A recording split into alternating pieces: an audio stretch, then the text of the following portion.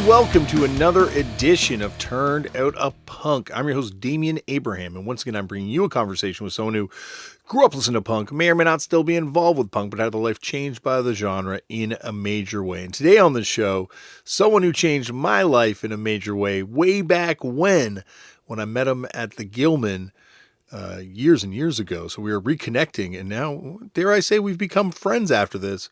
From the band Sparta, you may also know him from the band At the Drive-In. My buddy, my pal, Jim Ward is on the podcast today, and this is a good one. More on that in 1 second, but first, if you want to get in touch with me, head over to the email address turnedoutapunkpodcast@gmail.com. That is run by my brother, who is the show producer and the guest booker for this podcast. Extraordinaire, but this one, credit goes somewhere else. More on that in 1 second. But thank you, Tristan, for all the hard work you do for this show. There is also a YouTube page, an Instagram page, a TikTok page, and a Facebook page, all for this podcast. All those can be found at Turned Out a Punk on those platforms. And there's videos on there, edits that I make from this podcast, little things that if I have time to throw together, I do. And you can find them on there for your viewing pleasure. They're also on YouTube, so you can just go to YouTube and watch it there as well. And I think that is... Oh, I play in a band. We're called Fucked Up. You can find out more information at fuckedup.cc. We're going to be playing a show in Yellowknife coming up. We've got another show we're going to be playing in Montreal for Pousa Fest in May. And that's it for now. We've got a new record, though, on Sub Pop called Disabuse. And there is a limited Poison Idea cover that I think is maybe still available. If not, sorry. But there's a regular version available. You can find that at Sub Pop or fuckedup.cc for more information about that band and the goings-ons in that world. All right. On to today's show. As I said off the top, this is a huge one for me because Jim is someone who, man, I met him when I was young outside the Gilman, went and talked to him, punched the shit out of him, and was such a nice guy to me. And I really informed the way that I want to approach meeting people that enjoy the music that I make. And here we are all these years later reconnecting, and he's still fucking awesome. I'm really happy I got to sit down and have this conversation with him. Jim's band Sparta are going to be selling. They're going to be selling a reissue of this record, but they're going to be celebrating the 20th anniversary of the release of Porcelain, which is a fantastic record that came out in the heady days of 2004. And they're going to be doing a huge tour all over the place. So you can check out Jim on social media, on Instagram, and check out Sparta's website. All those will have links in the description. So you can find out more information there. And go and see Jim. Pick up the reissue of Porcelain, too, while you're at it. A fantastic record. Pick up everything Jim has done. Sleeper Car, or At the Drive-In records, and Sparta. Like, this is a guy who has dedicated his whole life to making this kind of music. And my gosh, I'm glad I got to reconnect with him. And for that, I owe a huge thank you to my good buddy, Joe Salinas. Thank you, buddy, for doing this. He reconnected us and, yeah, very much appreciated. Anyway, enough about me. More about Jim. So sit back, relax, and enjoy Jim Ward on Turned Out a Punk. Jim, thank you so much for coming on the podcast. Thank you for having me. Yeah, I'm excited, honestly. I'm excited because as I kind of briefly told you in text and spared you from reliving now in audio form before we started recording, I'm now going to subject you to, which is you had a huge impact on me years and years ago when I saw At the Drive-In play one of the most bizarre shows I think I've ever been to, which was Capitalist Casualties, Fat Day, and did Lack of Interest play too? I think that's the other band. I have no idea. I mean, I remember the show, but I don't remember everybody on it for sure. It was an incredible show. A lot of fights in the show, I remember. not so much during your guys' set. Your guys' set was unbelievable. And afterwards, I went out and talked to you, and we were talking, and, I was just saying how great your band was, and you were so nice to me as just this sort of like Punisher kid, and ended up giving me a copy of the Flipside record on CD to play on my radio show. And so that had a huge impact on me, and I hope I could have brought that forward in my kind of like interactions with people in the years to follow. Yeah. Well, I think, I've told the story a lot, but when I was a kid, I lived about 2 or 3 blocks from a venue that we had in El Paso, called Gdansk. And particularly the Holy Rollers, that old Discord band came through. And I was not allowed to stay out late enough to see the headliners. So I would go I would just basically go after school and hang out until they would let me in.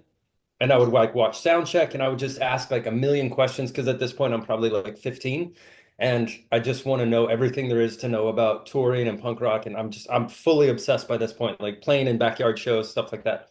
Um, and one of the guitar player in the Holy Rollers was like taking his guitar apart, like obviously trying to fix some bad pot or something that's going on. And he's on the front of the stage. And I'm just like that kid in Home Alone where I'm just like, what are you doing? How do you do that? What's going on there? Do you have to take it off every show? You know what I mean? Like I'm just fucking punishing him. And he was the sweetest, kindest human being to me. And I think that because of those experiences and kind of that community that I came from, I sort of went on tour with that same mentality of like, oh, we're all in this together. And like, if you have a radio show and you need a CD, then of course I'm going to give you one. And of course we're going to hang out and talk. And of course it's not about, at the drive-in early on did not have a big ego. We weren't like we were getting punished so hard everywhere we went that there was no way we were going to get big heads because we were sort of too loud for the soft and too soft for the loud and too crazy for the not crazy. Whatever, you know what I mean? It was just we always were like just trying to find a lane, you know what I mean? And I think when you're doing that, it's hard to develop much of a ego, you Well, know? I think that show speaks to the fact that you guys could not fit in anywhere, but because of that, kind of fit in Yeah, anywhere. Like you could play a show with all these power violence bands yeah, and whatever the hell Fat Day was, and, yeah, and then you could also turn around and a couple years later be playing with Rage Against the Machine, and it kind of all hmm made sense because it didn't make sense for you guys to fit in anywhere. yeah. Yeah, exactly. That's it. Like we just did not fit in anywhere. Therefore, we could go anywhere, and that kind of just worked out for us. And I realized, oh, definitely through doing this podcast, but that the Punishers are the people that will wind up being in the bands in the Oh, for next sure, generation. Like they're the for people, sure.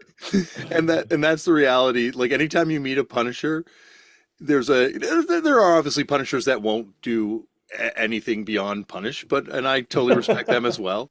But there's Yeah, also like a type of Punisher, normally around the age of 15 to 18, yeah, that wants to know everything because they're going to be doing this in a couple years. yeah. They're just doing their research, and that's how you Exactly. do it. Like if you have 1 minute. And this is one thing I always say, like if people come up and say like, "Oh, I don't want to bother you," so you're one, unless I'm eating, specifically eating with like a family member or something like that, you're not bothering me. Especially if I'm in a public role of like being at the show, like my job is to be there, right? And Hmm. if you get 1 minute with me, I'm gonna try and make that minute something that is memorable and enjoyable for you, because you really do only have 1 minute. We're not gonna sit down and have a 20-minute conversation. But also, I understand in that 1 minute, you're going to ask everything you can, and it may not be as eloquent as it should be, and you may stumble and you may say things that you regret later about something in my life. I don't hold that against anybody. I know and you would know this too. Like we know very specifically and instantly when someone's being a dick. And when someone's being a dick, I can get out of that conversation in fucking half a second. You know what I mean? But if you're Hmm. just like stumbling around trying to figure out how to say whatever it is you're trying to say, I'm good with that. I was that kid. I'm that adult. I still do that to this day. I'm a punisher to this day if I'm trying to figure something out. Like that's how you learn. And if you have a minute to learn it, then yeah, it comes off a little crazy. But there's such a big difference between being a punisher and actually being a dick. Like I'm fine with punishment's cool. You know what I mean? Being a dick, not cool. Get the fuck out. Like, Well, that's why I started this podcast. So get ready for some punishment, buddy. let's do it. Well, I guess I got to start off the way they all started, which is Jim. How'd you get in a punk? Do you remember the first time you ever came across it? So I was skateboarding like in seventh grade, and at the same time, kind of forced. I lived in Albuquerque for a couple of years. I was sort of forced into a music class, and my dad plays guitar, and all my uncles sort of are like musicians. So I was kind of familiar with it, but I kind of got forced into playing electric bass at 12. I was a tiny kid. I was a very small kid. So the bass was like enormous on me. So there's kind of like skateboarding, trying to figure out how to play these 1-4-5 parts for like this 9-week jazz program that we all have to go through, and it's awful. But for me, it was like the spark, right? So skateboarding that, and then somebody gave me Subhumans from the Cradle to the Grave. And like before this day, I'm still listening, and I went through all this on a podcast the other day. But to at this point, I'm still listening to like Benny Goodman and Harry Connick Jr. And I'm just all about big band, especially like clarinet driven big band. So like to be Clarinet 12, driven big band. oh, I fucking love it so much. Yeah. Like Benny Goodman is yeah, I love Benny Goodman very much. So like being a small kid, being a little bit like awkward, about a lot awkward, loving big band, right? Yeah. Not having any fashion sense at all, playing electric bass, skateboard, like just a recipe for being a loner and perfect for punk rock. Because I'm a social person, right? I really wanted to be in a community. And I think when I found Subhumans and that like skateboarding, like a lot of people, skateboarding was my gateway into it. But yeah, from that minute on, the minute I went home and put that LP on, fucking everything changed. Yeah, instantly. And then I sort of started finding my way, immediately kind of went to the Discord route, like sort of positive energy stuff. I was very much like PMA and community and really identified with like the Discord stuff way more than the like get fucked up, tear shit up, blah blah blah. Like never really was my thing. I love flute driven funk music, but I don't know, clarinet to me I find is such a it's like the cilantro of instruments. So it either tastes like soap or it's amazing, one or the other. Exactly. Like I find that's one of those instruments that you're like, I don't know. And for me, I think I'm on the soap side. Cilantro I love, don't get me Yeah, wrong, yeah, yeah. but the No, I'm with clarinet, you. it's a tougher instrument, I think. Yeah. So my sister was like an all-state clarinet player. She was like a very, very talented clarinet player. So I grew up with this instrument in my house, which may like probably makes the jump from like not knowing it to being really obsessed with, especially Benny Goodman. I was just obsessed with like big band, like World War II era kind of, 30s, 40s kind of like, yeah, all that stuff, instrumental specifically. It did have kind of a cultural resurgence. Like you mentioned Harry Connick Jr., and I guess this is Yeah. pre obviously the swing resurgence, but there was like Newsies, there were a lot of World War II movies around then. Like it was Hmm. certainly in the cultural zeitgeist around that Yeah. time period. So this, for me, this is like 85, 86. Oh, so you're ahead of the curve. I'm like 9 years old, just like, hey, everybody, like Benny Goodman, let's go. Like I was super into it. I mean, It's exposure, like you're saying. I need more exposure, so I got to get on my Benny Goodman kick at this I point. mean, yeah, I love it, but yeah, it's not for everybody. And I'm saying like it made me not a popular kid for sure. But I went to this middle school where it was filled with like just sort of the full rainbow of genres of people of cliques, and I was able to like find my people at 12, which I think is important and amazing because it gave me sort of a community when I moved back to El Paso. I was only in Albuquerque for a couple of years while my mom went to school there. I came back to El Paso and I sort of knew my people and I could find them really quickly in that kind of awkward part of growing up, like the 13, 14, 15 time period. I was able to immediately, and met like all the people that in my, in the El Paso punk community, there was every school kind of had its gang and all those gangs would meet up on Friday night for the punk rock show in town. And it's kind of a big city, but it's a small city. So Would you have been exposed to like I guess is Jerry's Kids the Albuquerque band? Like where are their local so I Albuquerque? wouldn't I wouldn't have really known local bands at this point because I'm like 12. So I'm not, if there's kids going to shows, like I'm nowhere near that. I'm still like staying at a buddy's house on Friday night, watching skate videos, getting inspired, going out skating, eating too much like potato chips and Coca-Cola that night. Like it was a very innocent, kind of beautiful time. Um, and still friends with some of those guys to this day, which is cool. Like I'll still see them on the road. When you go back to Paso, how'd you kind of get into the punk scene there? Like you knew the tribe, I guess you wanted to be a part of at that point, but Yeah, so just kind of immediately I was starting eighth grade, which is the top of the middle school tier. So I went to eighth grade at a school that I knew some kids from before I left. And there was skaters there and punk rock kids, and I kind of just like immediately fell into that. And also my best friend growing up is from El Paso. We didn't go to the same school, but it's Brooks Harlan, who's in War on Women and plays in Jawbox now. And so we're 3 months apart and we were like on the same trajectory. So in the years that I was gone, we still stayed in touch. And then when I came back, we're both like full ready, like BMX, skateboarding, punk rock, playing in bands. We started all that sort of together. You mentioned kind of gravitating more towards that East Coast, I guess, Discord Yeah. stuff early on, and it feels like a lot of the stuff, maybe it's just the stuff that I'm familiar with that came out of El Paso from around that time period, was really kind of indebted to sort of the DC style, the Discord style Yeah, of it was sound. big here. Yeah, How for did you sure. kind of find out about that stuff? Well, so we're in this city, we're very lucky that there's a band from here called the Rhythm Pigs, which was an early like sort of genre forming punk like in the early days, you know what I mean? So Ed Ivy's probably, I don't know, at least 15 years older than me, I would think, maybe. I don't know how old he is, but so he was not only like touring the world, but these are all his friends, and he would book shows in El Paso. He gave me my very first show at Ivy booked. Um, and I think he was sort of probably the one that was m more connected with that stuff. Um, so we're getting like the Holy Rollers, and we're getting Jawbox, and we're getting Fugazi's coming through a little bit after that. I think also probably now that I think about it, that mentality that community has is the mentality where you're playing El Paso. There's a lot of people that won't play here. There's not a lot of money. It's what we would now call a tertiary market.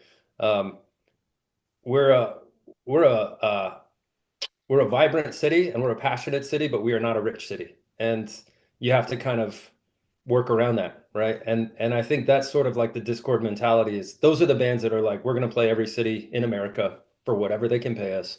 And I feel like that's kind of what, maybe if I grew up in LA, I would have obviously a wider variety of shows to go to. And maybe I would have found that somewhere within that community. But here I had a very limited number of shows, and the people that are playing those shows are very specific people, I think. And I think that's what I was raised on, and that's why I now continue to play cities where we lose money because I think it's important. It's amazing the geographical impact on punk scenes and bands and the way the bands approach music too. Like I think the more cut off bands are from an established music industry, the richer and the more experimental it tended to make a lot of those scenes because I don't think bands had commercial prospects or at least stuff holding them back as much. Um, Yeah, we had no prospects, zero. And the other thing about our community is that we all played shows together. So, eventually the sort of the lineup and at the drive-in that got big, two of those guys came from, Tony and Paul came from full-on metal bands when we were kids. I mean, full-on metal. And then they kind of had a stint in kind of like college rock bands, and then they joined at the drive-in. I played in like a very sort of like in high school. I had a band where I was a front man. It was a three-piece guitar band. And it was way more kind of like Minutemen um, meets kind of like indie rock, like college indie rock or whatever. And then Cedric was in like 100 different bands. We're all in different bands, but so we all kind of came from different stuff. And there's never been a big enough community of one single thing for us to just live in that and be. It's not like if I grew up in LA and I was in a ska band, I would kind of be in that community and I would dress like that and I would play like that and those would be my friends. Here, it's like your best friend's a crusty punk, and then your other best friend's a football player, and then your other best. It's just the way it was. And pre-internet, we're only being able to get little bits and pieces that we can get and sort of get inspired by and try and rip off this stuff that we're getting, and it's very small amounts. And we would play these records literally until they didn't work anymore. We would wear out cassettes. We would um, early at the drive-in tours would be like 5 cassettes in the van, and we would just listen to the same fucking thing over and over again. And then as we were going to each city, we're sort of starting to expand our knowledge and our friend base and our inspiration base. And we were very lucky to start touring early, and a lot because again, being isolated, if you leave El Paso to play Phoenix, you might as well go to San Diego. And if you're in San Diego, you might as well go up the coast. So for us, it wasn't like, oh, we'll do a weekend trip anywhere. We were just like, okay, we got to go for 5 weeks. That's like the first tour is like 5 weeks. We had no other choice. six and, weeks. and I think the Rhythm Pigs also, they were like touring machines as Yeah, well. Like you have to be. You have to be if you're from here then. Like, yeah, they were. I mean, some of my greatest moments on tour is going to some fucking 40-year-old punk club in Europe and seeing the pin on the map that says Rhythm Pigs. You know what I mean? Like from my town. And then being able to put up a pin, whatever band I'm in at the moment, but being able to put a pin up that says I'm also still live here. You know what I mean? Like still representing this town. I think there's like a historically lost period of American underground kind of rock and roll post like hardcore explosion in LA and Minneapolis stuff. And Hmm. then pre-Nirvana, like people don't really talk about the Rhythm Pigs and all and this sort of period where like the Rhythm Pigs are a huge band and like a major band, and I just don't think they kind of are brought up in sort of that punk rock canon historically. But they went on for years. They did tons of Yeah, records, Thrasher yeah, Flexi, like yeah, a really important band, yeah. Great fucking songwriters. cool Like band. great songwriters. I went back and watched some YouTube videos of them, and it's just I never got to see them live, and I was just blown away by how awesome the stuff they were saying on stage was, the vibe that they were playing, how Yeah, sick the songs sounded, like you're saying, yeah, like, and I guess because of that, El Paso to me was always like a bit of a punk, like, like a punk kind of beacon point in Texas because like I knew of them, and then so it made sense that you guys were coming out of there. But I guess that's because of hard work that they're kind of doing to kind of putting that place on the map a little bit. yeah. Absolutely. I mean, they're famous for getting enough money to go to Europe to go on tour, and then losing so much money that they couldn't come home, and they actually got jobs in Europe because they couldn't come home. Like, I don't know the whole story. This is like kind of, it's probably like a bit of an urban legend, but I should ask them. I'll still see, like I'll see the guitar player around town, and it's always good to see him. And we text every now and then. And there's a little bit of a pinch me moment in those conversations for sure, because I'm still like, this is weird. Like, this is really weird to have this conversation. Like, these dudes they were so huge to me. They're just heroes, just like the biggest things in the world, like the biggest band ever, because they're from here and they did all this stuff, and you can buy their actual record. You know what I mean? When you can hold a physical record, it seems like the most important thing. There's no difference between that and Led Zeppelin to me. You know what I mean? Yeah, It's well, like because I there can is hold no this record, I difference. can hold this. Yeah, There is, yeah, and I know they played up here because I found their records. They were one of the first bands I bought records by because I would see their stuff in used shops up here. So they must have yeah. played Toronto at least once or twice, Oh, I'm sure. Yeah, and they were it's a just machine. yeah, exactly. And like it's these bands that kind of were doing it before there was any possibility of this providing any sort of reasonable career Yeah, or future or even a safe passage out of Europe. yeah, exactly. Like just for the pure love of it. And I honestly remember when streaming started and everybody was freaking out that nobody was going to make any money anymore. I thought, oh man, finally. Like it just gets back to the people that want to do it for real, you know? Yeah. I Well, didn't go. realize how bad it would hurt, but at the time I thought, oh, this will be good. And then I remembered what it's like to be poor, and I was like, oh yeah, We need not those as records. not as much fun. Well, I guess at the drive-ins at the tail end of people still selling records. We're And like the last generation, yeah. And like when you go back and look at those numbers and people were telling us like, oh, you sold 15,000 records this week. I'm like, how is that even possible? Because before that record came out, we had sold 10,000 records, period. Like that was it. You know what I mean? Like we sold 10,000 of like In Casino Out or Via or whatever. And then at that point, if you sold 10,000 records on an indie, you got picked up. That was like the limit, right? So then we got picked up and we're on Grand Royal / Virgin Worldwide. And they're like, oh, yeah, this week it was like 17,000 records. And I'm just, shut the fuck up. How is that even possible? It blows my mind. And we were still, we were playing a tour that we had booked before the record came out. So we're playing 300 or 500 cap rooms and they're sold out and it's crazy, but it didn't equate to like what was really happening. And then I would say by the time we started Sparta right after that. The Sparta record comes out in 2002, and that's like the very end of where you're selling records weekly. Now it's just like, what are your streaming numbers or whatever? It doesn't mean anything financially to me. It's just a weird litmus of like, or way of gauging interest. yeah, like I didn't get to experience like Green Day like in real time because I got into it kind of after the fact, and certainly with Yeah. Nirvana as well. Like they were already big bands by the time I heard them. or just blew up when I started to hear them. But you guys were the band that I feel like I watched that kind of happen with a little bit more. Like I Yeah. didn't become familiar with you really till just before In Casino came out, and that was because Al Nolan from Trigger Happy, I think, was running the Fearless Toronto office or Canada office when they briefly had it, and Yeah. had a sampler tape, and he's like, "You got to check out this band." And then I saw you guys at the Gilman a few weeks later, Hmm. and then that record came out, and it just felt like the momentum. Like I'm surprised it only sold 10,000 because it felt like at the time everyone was kind of talking about it Yeah, in our community, which was in our community. 10,000, which is Sure. 10,000 people, Yeah. it turns out. You know what I mean? Yeah. And then the Grand Royal thing, obviously, and everything that kind of happened after that. But it really Yeah. was sort of like, oh, this is what it was like. And now when things happen, obviously things happen very differently in a post sort of world like that. But just to see the sort of gradual momentum, and I guess you guys probably experienced the tail end of also the backlash towards that Oh, momentum. absolutely. Yeah. So when we signed, you could still sell out. And we would, there's this pretty famous story of playing this club in Germany because we still were booked by a punk rock booking agent, this guy Dolph. And we were on a bus for the first time, and that was already selling out because you're on a bus, even though we had toured, in the year 2000, I was home 21 days. And this is now February of 2001.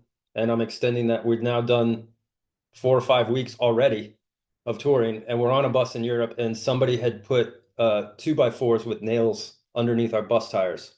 So that if our driver had not seen them, we would have blown whatever, however much bus tires are. I'm sure they're very expensive. That was a direct relation to us being sellouts. Like that's our punishment for this. And we're not making any money at all. Like none of us are seeing any sort of like whatever people think you see is doesn't happen. But you get really tired of explaining that to people. And I used to tell people all the time. So like when Unfun, I mean not when Dear You came out, the Jawbreaker record on Geffen, I guess, right? Yeah. TGC. Um, I was like, fuck that shit. And I remember telling my friend, because I'm a huge Jawbreaker fan, like that's like in my top five bands of all time. And when that record came out, I listened to it on headphones, maybe 10 seconds of it, and I gave it back to my friend, and I'll never forget this. I said, I don't want to hear this fucking Nirvana bullshit. And I like walked off. So, humility comes in and you realize, A, it's a great record. I did love Nirvana. I was just playing the role of like the disgruntled punk kid. And just pure humility because I used to tell kids that would be like, you sold out and fuck blah blah blah. I'd be like, yeah, just wait. Like Yes. just wait. I wouldn't even argue with them or try and debate it. That's the only thing I would say. Just wait. Because I was just like you. And I have to now eat that humble pie of like, now being friends with somebody from Jawbreaker and having to be like, oh, I can't believe I ever said that. Like, it's the stupidest thing you could say. But I did. And I think part of that is that, as much as our community is supposed to be open-minded, we all fall into these like kind of roles. And, um, if we think that we're not judging each other and we're not putting pressure on each other to be something that we want other people to be, then we're fooling ourselves. And I don't think that anything's ever going to evolve if we don't talk about that openly. And at least I can admit it and say I was an idiot. I thought making a good sounding record was selling out. Now I realize making a good sounding record is your obligation. Yeah, and I think it's also how much of this is just governed by, and I say this as someone who also, not, I don't know, I wasn't mad at you guys because I think Grand Royal to me was still, I could still see the Yeah, punk thing we with lucked Grand out. Royal. Yeah, Yeah, yeah, we lucked out. We lucked out. but there were definitely bands where I was like, oh, fuck them. Like, why are they doing this? Why are they Yeah, going for it? But now I'm like, it's my own insecurity. Like, I didn't want yeah, to be left by this band, left behind. I didn't want them leaving our cool scene and what made me cool by liking them and no one else knowing about them. Like that's my insecurity. I need to deal with yeah. my own shit. It has nothing to do with this band. Like their business is their business and whether or not I like that record has nothing to Right. do with that. And some of that is just natural. Like I remember being in high school and already being a Nirvana fan, and then the big record Nevermind happened. And I remember a full truckload of like the jockiest jock homophobic assholes in my school driving into the parking lot, blasting Nirvana and being like, ugh, like fuck this. Yeah. And that stuck with me for a while. And it took me a while to realize that the cool thing is some of those guys probably found a gateway out of that lifestyle and out of that small-mindedness because of that. And I never appreciated that at the time. And I think when you're in a position to make records and before we signed a Grand Royal, we went to meetings at Warner Brothers, Reprise, and Capitol, and all these like major labels. And every single time I would leave those meetings, I would have a stomach ache because I was just internalizing all of this like self guilt and self hate and like I'm selling out and this is, and then we ended up signing to like an unknown label called Den, which was at the forefront of digital. It's called Digital Entertainment Network, which is like they're at the beginning of what's going to be big in 5 years, but they just didn't have the money to survive. And so it got folded into Grand Royal. So we lucked out 100% getting to Grand Royal and then being like, oh, cool, we're on we're on Virgin Special Projects, which is like 5 bands in the world are on this, and they're putting insane amounts of money into it, unbeknownst to the punk community. And we still got to be kind of cool because we're on the Beastie Boys label, and then we found that lane somehow, and it's so lucky because we could have gone to Reprise, and the A&R team was great, and the staff was great, and they're all human beings that are nice. But I think we would have not. I think it would have been a little bit different because I think we were able to be a wide enough. We had like a wide enough berth to still keep some people that maybe would have otherwise and be on a label, honestly, be on a label that understood us and didn't try and say like this is what you have to do and this is what you have to do. They really fucking got us. This is the same people that are managing Sonic Youth and Beastie Boys and Nirvana. Like they understand where we're coming from, and no one ever tried to like make us somebody that we weren't. Not once. Like we never had a conversation like that. The only thing they did is ask if we would use Ross Robinson, and we didn't want to in the beginning until we tried him. And out of respect for them, we tried him on one song, and we're like, yeah, he makes our band better. So we'll use him, even though he did records that we're not fans of. It's okay. And all this stuff is so eye-opening. And at the time, there was probably a lot of arguing about it or what. I mean, I'm sure that we debated it endlessly because that's who we are. But in hindsight, I feel very fortunate. I feel very fortunate that I got to have this different experience with different people, and I didn't just stay in my little niche. I mean, we could have stayed on indie labels forever, and been the biggest band on that label probably or whatever. But I'm really grateful that I got all those experiences and made friends with bands that I never would have met before that have now become lifelong friends. Like all of that is important to me now.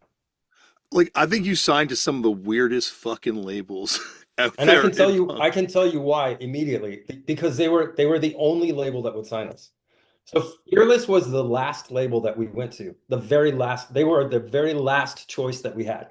It was like if they don't sign us, I mean, I don't know what we would have done. Self-released maybe? I have no idea because we went through fucking everybody and they were the very last one. And I'm glad that they succeeded in it. They deserve it. Well, I think Fearless Post at the drive-in, it makes a lot of sense that you guys would be on that label, but pre you guys being on that label, Makes it's no sense. no sense at all. And like, I love Blount. There's definitely Fearless bands that I have deep, deep love for, Yeah. but but then prior to that, you're on like Flipside Records, and like, there's any band on Yeah. there you really make sense with. So Yeah. I feel like if you guys had, obviously it would be a very different world, but if you guys had a sound that was more in keeping with like a certain label, I wonder if there would have been even more vitriol kind of thrown at you because then it's like, oh, you're Probably. leaving behind this scene. Well, yeah, again, we didn't fit anywhere, so we could go anywhere. So again, there's no big group of people that have latched onto us and owned us. I think our fans were like, "Oh, I like this and this and this kind of music. Oh, and I also like this band because they're crazy or they're weird or they're like I like their slow jams or they're like melodic or whatever it is." Again, I think we just lucked out somewhat on that. And there weren't any other bands like us at all. And that's not like a bragging thing. It's just the truth. Like we didn't fit in anywhere, so we're not held onto anything. And I think we were kind of always, especially being from El Paso, we're a bit on the frontier anyway. Like we're sort of off in the distance and no one really quite understands us. I mean, I can't tell you how many times people asked us if we had an airport in El Paso, if we went to school on horses. Like it's pre-internet, El Paso's like this mystery that no one gets. The Rhythm Pigs are from there. We don't know anything about them. You know what I mean? Yeah. Like, yes, it's all true. So Grand Royal, because at the time, was Grand Royal still like a real functioning label, or had it been Yeah. kind of more folded into Virgin? No, I think because of us it got it I think that they pushed it because of us maybe. I don't know when that deal happened. I don't know if it was like we're gonna really make a go of this, like let's get a deal. I don't really know. I'm not privy to those conversations. I know that I would always hear like some big deal happened because of this record's doing good, but I don't fucking know. It didn't mean anything to me at the time. I've Yeah, always made a point of trying to not know the money side of stuff just because it makes me feel weird. because like I was trying to think who even was left. Because like Ben Lee's on it at one time, Chivo Mato's on it at one time, Yeah. Luscious Brand Van. Jackson. Yeah, Yeah, like Brand Van the was a band around the same time as us. Brand Van 3000, I think they're called. yeah But the they're Canadian Canadian. Connection. Yeah. Yeah, Yeah. absolutely, Yeah. Montreal. We did a rock version. Me and Paul and Tony went to the studio and played a rock version of one of their songs. I don't know if it ever got used, but and I remember Mike D coming in and like kind of looking over everything and me just being like, what is fucking happening in my life? Like, this is so weird. And I'll always remember this because I had a Heineken and I had a coffee and he walked by and he goes, liquid speedball. And then just kept walking. I was like, what's a speedball? I didn't even know what a speedball was. I was like, okay. Were you a reader of Grand Royal magazine at all? Yeah, somewhat. Yeah, somewhat. That to me was just, and you look at it now and where all pop culture kind of went with Vice and everything. It's like Yeah, so ahead of their time. so ahead of their time. And it felt like it was just like you guys, I guess, were just like another sign of that this group of people are kind of constantly able to spot the cool thing. Like Bape, Yeah, yeah, the guy from yeah, Bape started working for yeah, them, right? Like it's yeah, like yeah. everyone kind of came through that sort of like finishing school of cool. Yeah. I feel so fortunate that I got to see G Spot before it was gone and just to stand in that space and be like, this is what happens when cool people get money. Like they put out clothing, they put out records, they put out music, they put out all this stuff. Like they could have just kept their money and been rich and hedge fund douchebags, right? But they're like, no, I'm going to reinvest in this whole world that I think is awesome.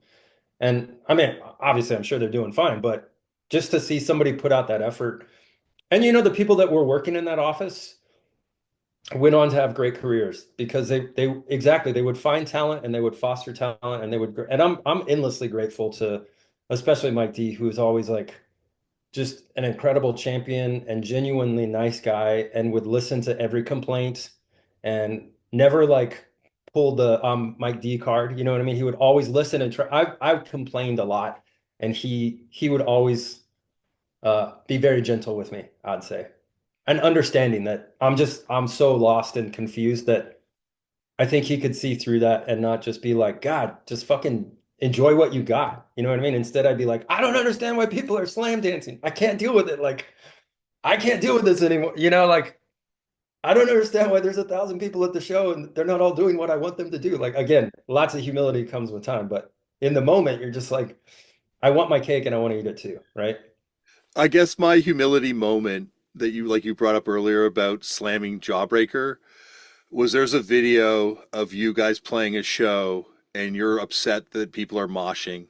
And I remember just being like, oh, look how ridiculous this is. This band used to be so crazy, so cool. And then fast forward a few years later, we're at a festival. I can see kids getting fucking killed by people like landing on them. And I'm just like, stop doing that. And then I'm looking at kids being bummed out at me. And I'm like, fuck. You're like, just wait. Just wait.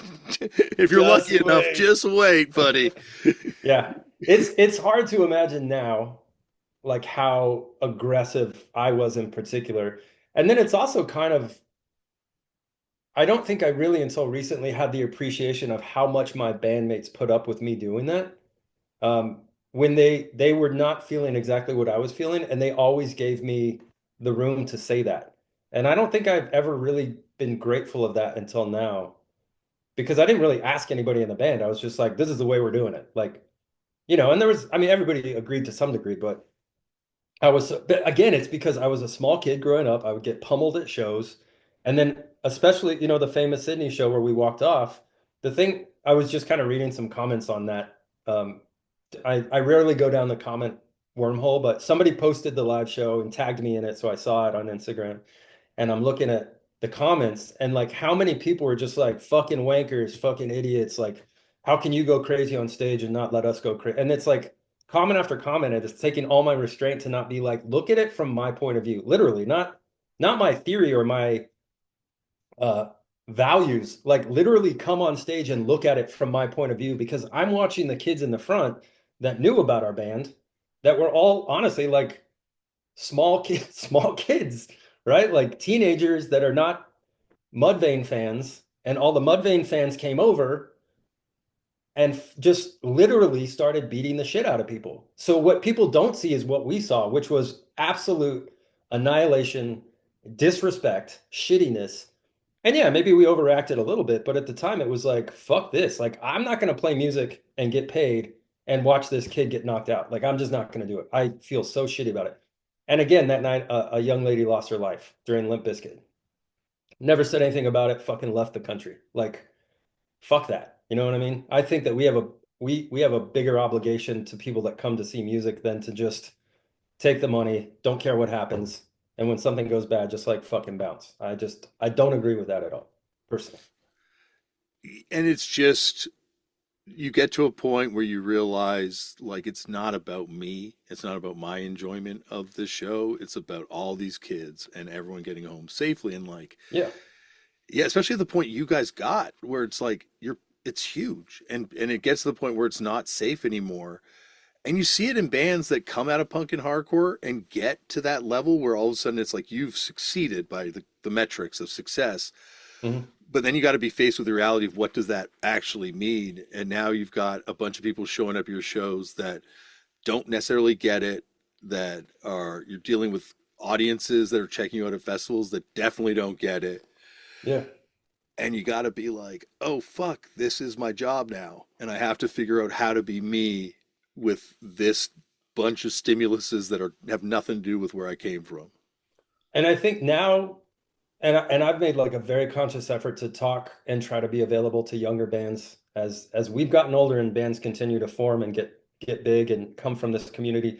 I've always tried to be available to them, just to talk or just to try and help them understand what they're going through because when we did it, there wasn't as many bands that had gone through it, and certainly there wasn't anybody around us that's like, hey, this is going to be fucking painful for a year or whatever. Like, if we had been able to talk to Grohl at that point, he could have said, hey, I came from this community. I'm now over here, and this is what happens, and it feels shitty, and you don't know what to do, and you feel all these conflicting emotions. And then everyone around you is going to tell you how lucky you are, so you better not complain. It's very confusing. And I mean, remember, I was 23 years old. Like, I didn't know anything. And then a lot of times, and I've said this a lot, people around you will just sort of give you drugs and alcohol and just kind of pacify you. And there's only so long that lasts. And for us, there was a breaking point, and when it broke, it broke badly, you know. Yeah, and the alcohol certainly is always there. It's like an industry that That is pays in alcohol. and is subsidized by alcohol in a lot of ways. And Sure.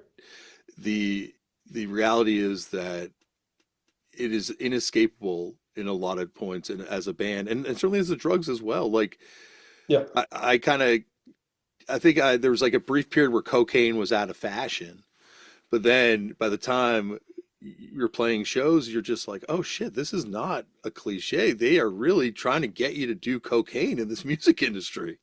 Hmm. And Yeah. there's like, and how just how unhealthy that is. And like you're saying, for a bunch of bands who are confused and looking for community, having, in this case, probably left their community or at least kind of ventured out of their community, Yeah. they're vulnerable. And certainly there's been a lot of people that we both know that have Yeah. not made it through it. Yeah. Yeah. Unfortunately, yeah. But I think for an industry that lives on short bursts of intense energy, which is what the music industry does, and we all know that there's like a timeline to our ability, our chemistry, our looks, our whatever it is that keep you hot when you're 22. Um, they need to burn that fire as hot as it can get. and the fuel is oftentimes stuff that probably is going to hurt you down the road. But to a lot of people, I think it's okay for them. They can sort of justify it, like, hey, you're having your moment, and I'm making my paycheck, and it's all good. And it is what it is. I don't. I'm not saying that anybody is doing anything I don't have. I'm not morally superior to anybody. You know what I mean? Like, but I can tell you from my experience that it left me with some lifelong issues that I will probably deal with forever.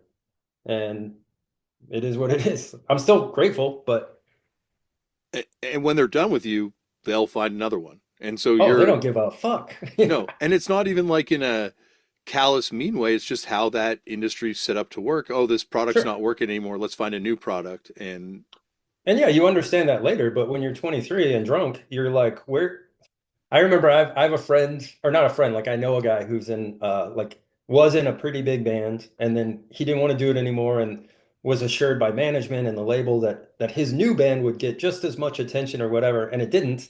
And he was sitting there and telling me like, I don't know what happened. Like they just kind of gave up on me, and I'm like, really? Like you don't know what happens? I feel like you're old enough to know what happened. Like yeah, we know what we're signing up for. Past 30, I think you should probably be a little bit more aware of what you're doing.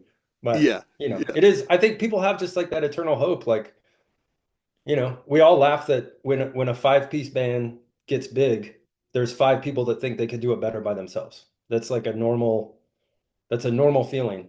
And then you're surrounded again by people that just want to make sure that that fuel is burned and that fire is as bright as it can be, as long as it can be, and then they'll move on. But they don't tell you that in the beginning, of course.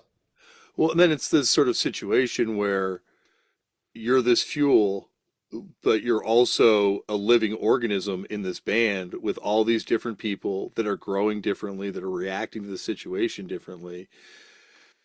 And there's very little understanding, seemingly, of that, or at least enough for the people to be prepared for it that are in these situations. Like, Yeah, where, and then you're like, oh shit, we got to keep this going because now there's all these other fucking people dependent on us yeah, for a livelihood, and we haven't spoken in my band's case in years.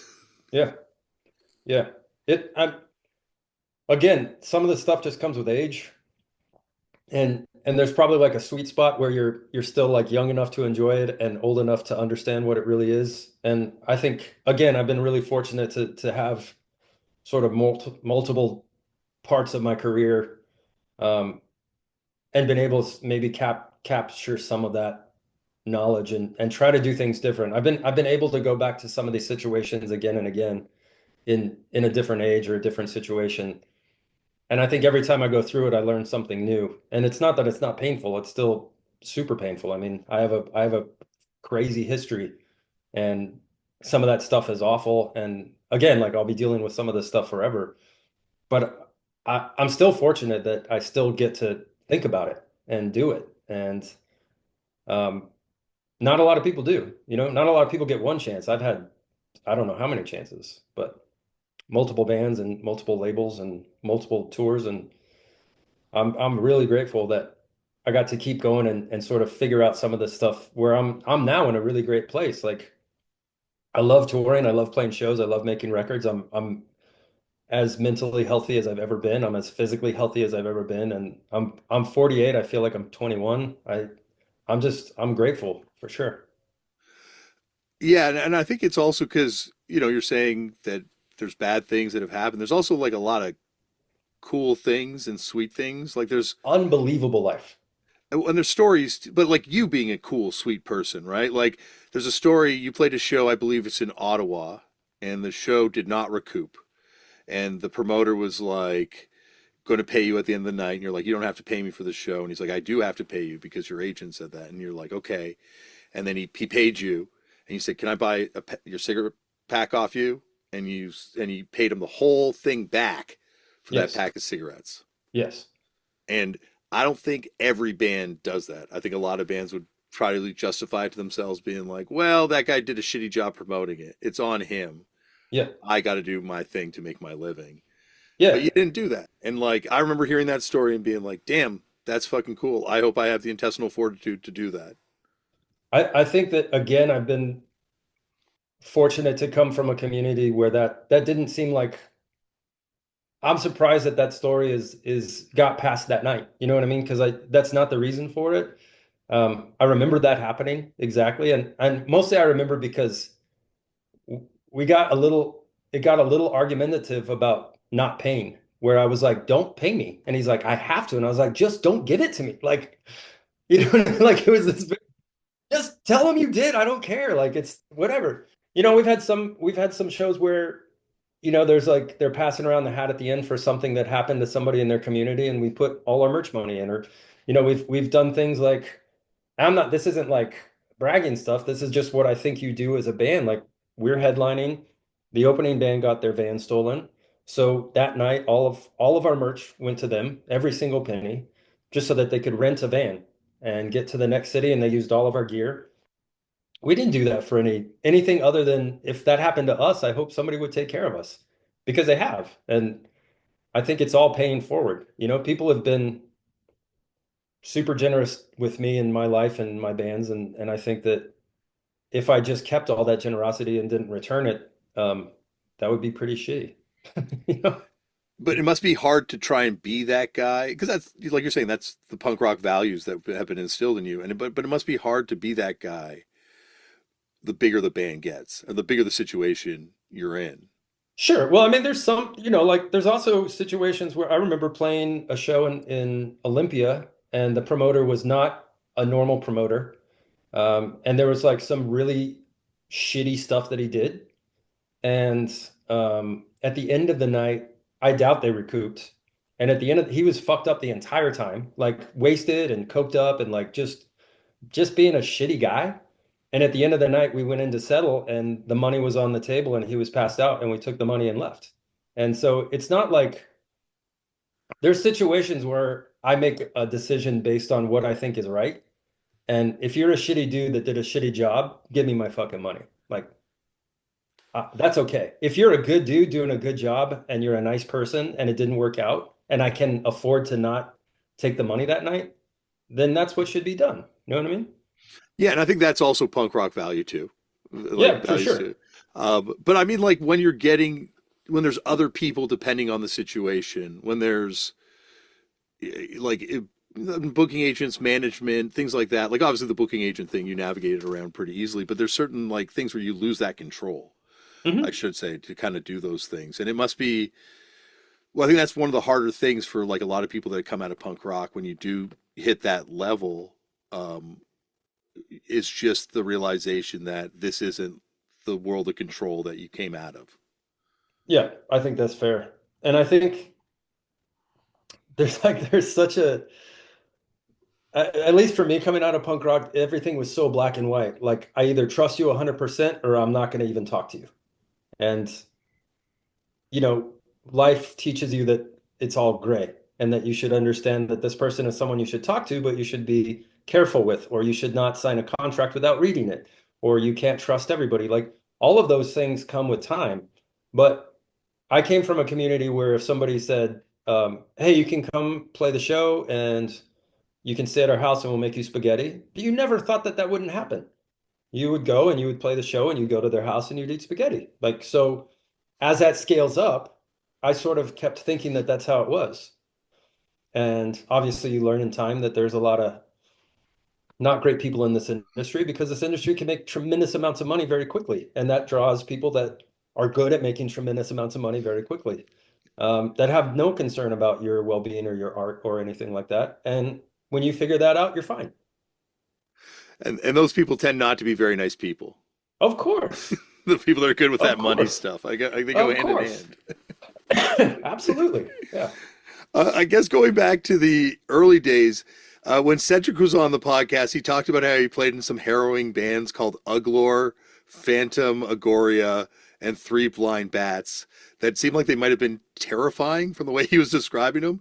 Do you remember encountering this part of the El Paso scene where it was like Yeah, yeah, I definitely gangcore? remember it. I definitely remember the Three Blind Bats era, and this is like when punk rock also carried handguns, and I was very uncomfortable, and I stayed the fuck away from it because that is not my vibe, and it's weird.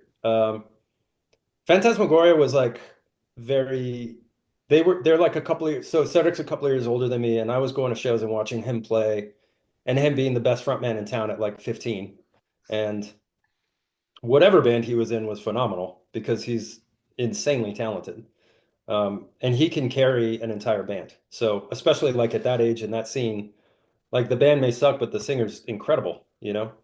Um, but I was never like I never fell into that crew for sure. I was definitely more into like the Discord, like again, positive mental attitude. You know what I mean? Like I was straight edge in high school, so I skipped out on a lot of like kind of the party antics and the drinking and the drugging, and I started that stuff later on in life. But in high school, I was extremely naive and like a homebody, and yeah, It seems like a really small scene, like you're describing, but the very small. polarities of this thing are Mhm. immense.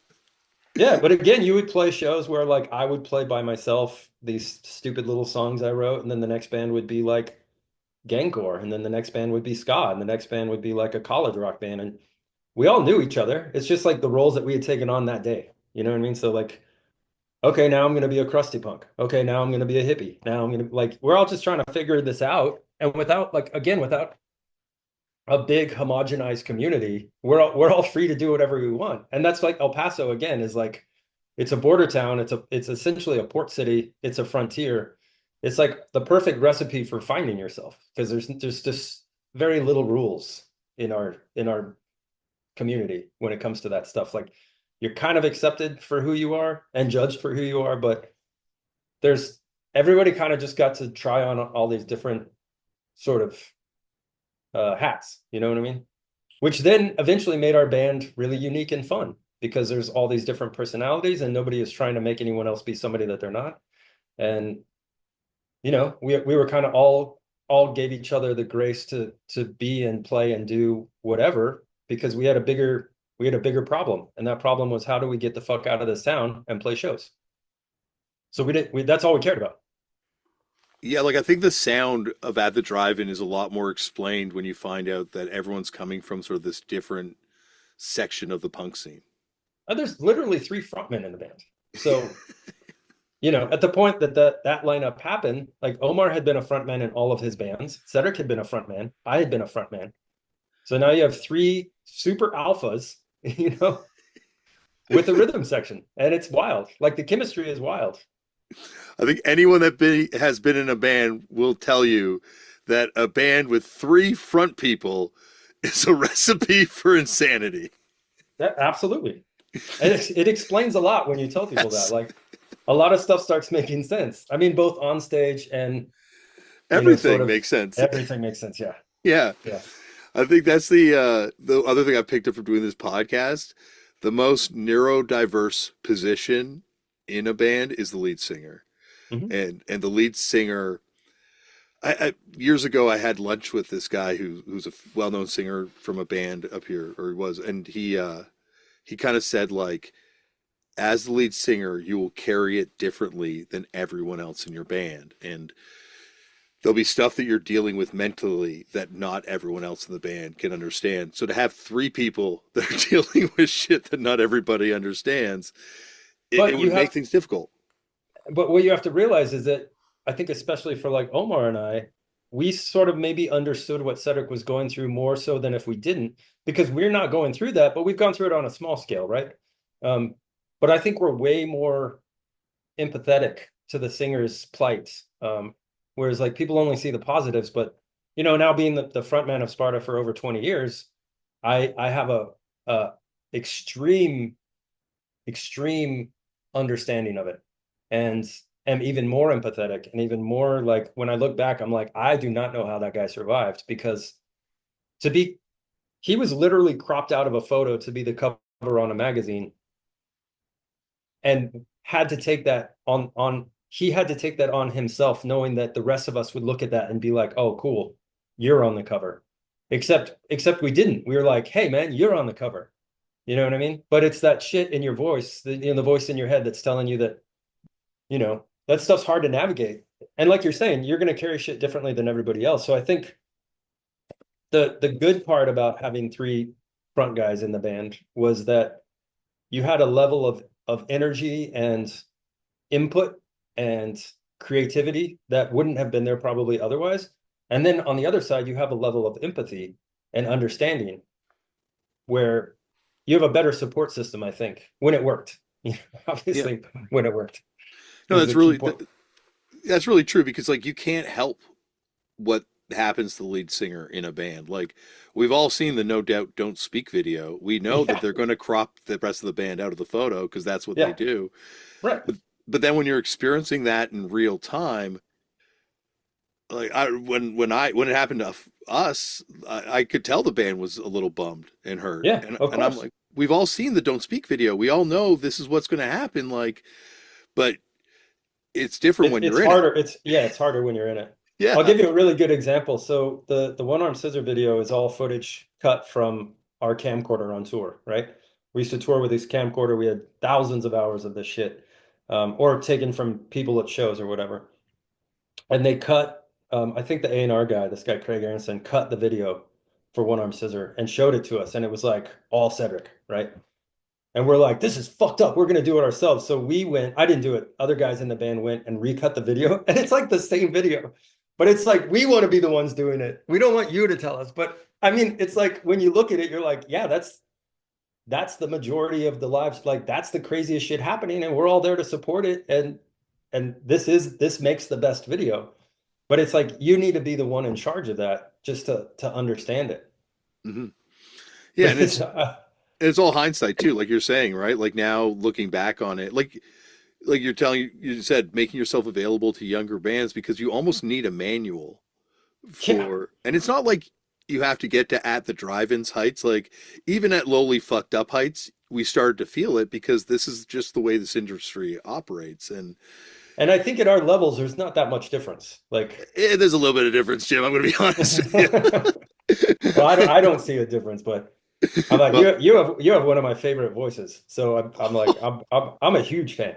Huge. I told you that on our text chain, but I'm yeah. glad this is just audio, so people don't see me blush now. So, because that is very I thank you very much for that. Yeah. Yeah, it's funny because as like a person watching it all unfold at the drive-in is this band that I think just tried to be the band it was before the thing happened and managed to retain that. But it just felt like every force in the world was probably turned against you guys, trying to turn you into something else as a band. I mean, I think ultimately that's, we stopped, the record came out in September of 2000 and we stopped in basically the end of February. So if you think about that, that's October, November, December, January, 5 months. 5 months of being able to live with that record being released before it was just too much. But then you look at like some of the other people that force themselves to carry on through that, and it gets really tragic. Hmm. Like, I think that when we stopped, probably saved at least one life. I will be honest, and probably mine for sure. I was like definitely not in a good place. I look at now Nirvana, and I look at the success they had achieved and what happened ultimately with Kurt Cobain. And Hmm. not to say that it was all punk rock guilt, not to minimize it, but like that this was like the overriding thing in his life because obviously there were other factors. But the loss of community and the loss of identity, especially at that young age, is so fucking huge and monumental. And like trying to figure out who you are, and like you're saying, everyone. And you're telling yourself, I'm supposed to be happy with this. This is supposed to be making me happy, and why can't I Yeah. be happy? It is something that's set up to ruin lives, or maybe not set up Uh, to ruin lives, but ultimately could ruin lives. yeah, I think that the thing to remember in a situation like that is like people will say, well, how could Chris Cornell kill himself? How could Chester kill himself? How could Kurt kill himself? These are all things that started a long time ago that people sort of assume that wealth or fame will fix, and it doesn't fix it. And unless you're lucky enough to be around people that can help you get through that, it's a really isolating life. And I think that people can sort of see that, but then they just kind of see like the icing on the cake and it looks so great, like you have millions of adoring fans, right? Well, that doesn't stop the voice in your head that says you're not worth having that. And um, it's just exponentially harder than people would imagine to navigate that stuff. And especially because it's happening at a young age. So you sort of live with this trauma for a long time. And if you never get out of it, like I've always said that I've been incredibly lucky that I have these valleys in my career. So I have these peaks that are amazing, but then I have these valleys where I'm just working at the bar and just making a paycheck and am able to step away from something and sort of reappreciate how much I love doing it. So like I've always said I'm a blue collar musician. I have to work to make a living. I can't live on anything that I've ever made. And because I've gotten to do that, it's given me a perspective that I wouldn't have if I was just in my mansion by myself or surrounding myself with people that said what I wanted to hear at the time, but really didn't have any emotional sort of buoyancy in my life. There's like there's a realness to that I'm so grateful for my level of success. Like I was on an airplane one time and because somebody had recognized me at the airport and taken a picture with me. And then the person that I sat next to was like, "Oh, are you famous?" And I said, "Do you know who I am?" And she said, "No." And I said, "Then I'm not famous." Like I'm more famous than I want to be, but I'm not famous. And she was so confused because she's like, "But that person recognized you." And I said, "Yeah, but that's only because I'm important in her life because she bought a record that meant something to her and then she saw me and wanted to document that moment and I'm happy to do it. But you don't need to know who I am. I have no relevance in your life at all. We can talk as just two people and have a great conversation, but and you can tell your friends when you get home, you could Google me and say I sat on the plane next to this guy and he makes this terrible music that I can't stand, but I sat next to, you know what I mean? Like all that stuff's possible, but the idea that you would be so famous that people that don't give a shit about your music know who you are and want to take a picture with you, to me, and I'm sure you have famous friends. We all have like famous friends because we do this, but I have friends that are so famous that I can't hang out with them in public. That sucks to me. You know what I mean? Like any interaction you have is behind closed doors and you don't get to just like go to the park or like go see a movie or do whatever you do with your friends. I don't ever want that. I've never wanted that. And I can't imagine the toll that it took on specifically Kurt. Like that's a guy that came from our community that was so fucking sensitive that he wrote the most beautiful songs and the most heartbreaking, tragic melodies because that he was a vessel for that. And when that vessel is left alone, I can't imagine what he went through. I really can't. Like it breaks my heart to think about how hurt he was. And I think, again, people just see it as like, oh, well, you're rich. That doesn't, once you have enough money to not worry about money, then it makes no fucking difference in your life.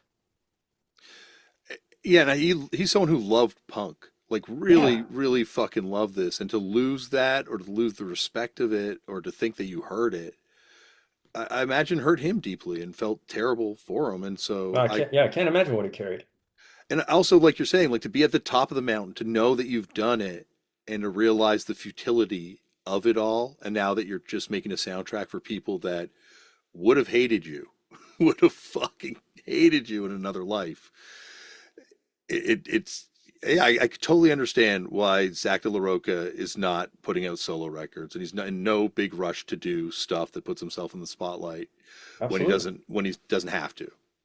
I saw this quote from Eddie Vedder that I thought was just so beautiful the way he put it. And he said, man, I wish Kurt could have gotten to, this is like a couple of years ago. He said, man, I wish he could have gotten through it to here because he would have loved it now. Like he would have loved where it would have gotten if he could have gotten through it. Um, I think about that a lot, actually. I think about that a lot. Yeah. Just how much, just how bad it can get for people. And if you can get through it, how great it's going to be. And I think he would have been stoked at how he changed things and how the music industry now has this new lane that really they opened up, and Yeah, 100%. and you don't necessarily have to play the game completely now to participate in it. I mean, changed, and it didn't just change the music industry so bands like mine could get signed to a major and get opportunities that we wouldn't have otherwise. He changed culture. Like I was saying, those guys in that truck in high school that I was disgusted by, I guarantee a few of them came out of that like, you know what? I actually really like Calvin Johnson's records. Like, like they just needed to get from never mind to K Records to Calvin, and then be like, holy shit, you know what? I actually turns out I love men. You know what I mean? And that's okay. Like all of a sudden, I don't have to listen to what these fucking guys are saying. I can be who I am. I can love who I am. I can love who I want. He did that for more people than he ever would have realized. And I mean, it would be amazing if he could know what he did. You know what I mean? That would be it breaks my heart that he didn't, but I'm super grateful. Not just the music, but the cultural change that that band created by being who they were, like by not changing, by forcing the rest of us to deal with like the uncomfortableness. And you almost need the bands to sacrifice themselves on the punk rock altar to become the sellout band, quote unquote, so they can repopulate the scene. Because Agree. Yeah. yeah, like that the seeds that they became that went all over the place, like you're saying, not every single person that heard Nirvana is going to be cool or changed by the experience, but there definitely were some. Like I can definitely attest to that. There Yeah. a large group of people entered because they saw you guys on Farm Club. You know, a large group of people Yeah. entered because the White Stripes did the White Stripes thing. Like I think hmm you need these moments, otherwise this thing's just going to die. Somebody from and I don't want to name check him because I don't want to put somebody out that doesn't want to be out. But a friend of mine that plays in a band that's younger than me said he was watching, it was like a whatever night, and he was watching I think it was David Letterman. And when we played the first time, the first maybe it was Conan O'Brien, the first sort of TV national TV show that we did in at the drive-in, and we played One Arm Scissor. Um, he said he was watching it, and at the end of it, he realized that all the ideas in his head and all the things that he wanted to do that he couldn't figure out how to put the pieces together made sense that night. And like that changed his entire trajectory of life because of one TV moment. Because we were lucky enough that we had a publicist that could get us on Conan O'Brien and we could play our fucking song that we wrote as a tiny punk rock band with no money. And we played it on national TV. And this one person was watching it who has now gone on to make records that change people's lives.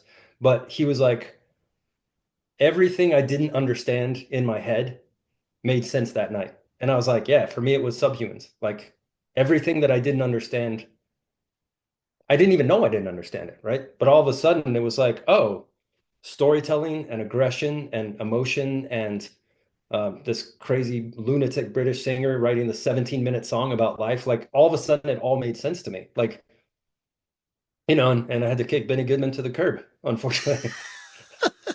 Beat it. I'm all about Dick now. Forget you, Benny. That's right. They're also to me like through his career, like his pre-Subhumans band and Culture Shock and Citizen Fish, back to Yeah. Subhumans, like Yeah. that is a punk's career. Like truly like a life dedicated to this music. Yeah. Absolutely. Yeah. And still go on, sorry. I was, no, it's just like part of the fortunate part of my life is that we were on tour with, I've told the story before, but we were on tour with Queens of the Stone Age and we were playing in London and they were at the after party. And I got to tell him that story of, I'm here because of you. And it was a really powerful moment. It was like a really, somebody who actually is incredibly, like, he was so grateful that I told him that story. And I was so grateful that he was cool about it because you don't always know if it's, if it's like, oh, I don't like your band. Your band's terrible. But it was a really beautiful moment. And that's why, we were talking about when I met you at Gilman, like all the people that so many of the people that I've met have left that impression on me. Where I can't imagine not being that person. Not that I'm a great person all the time. I'm just saying like in those instances, it kind of that's my DNA now.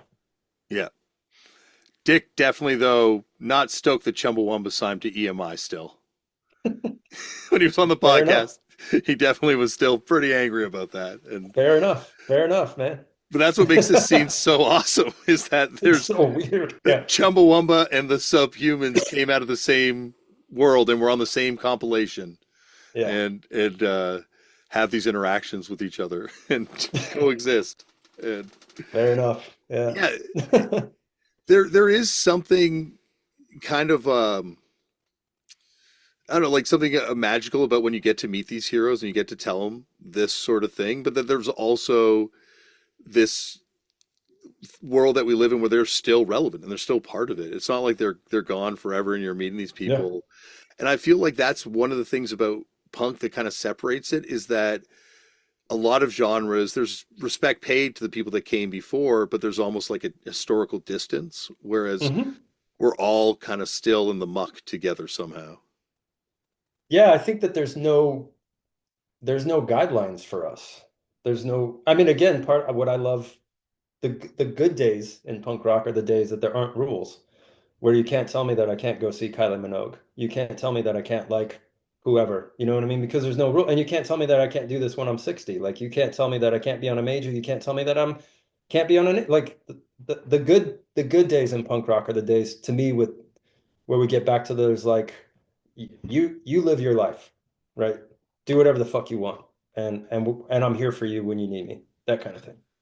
I also love it because, like, no matter how big you get within it, no matter how much credibility you think you have, there's always one kid or one person who'd be like, that person's a fucking poser.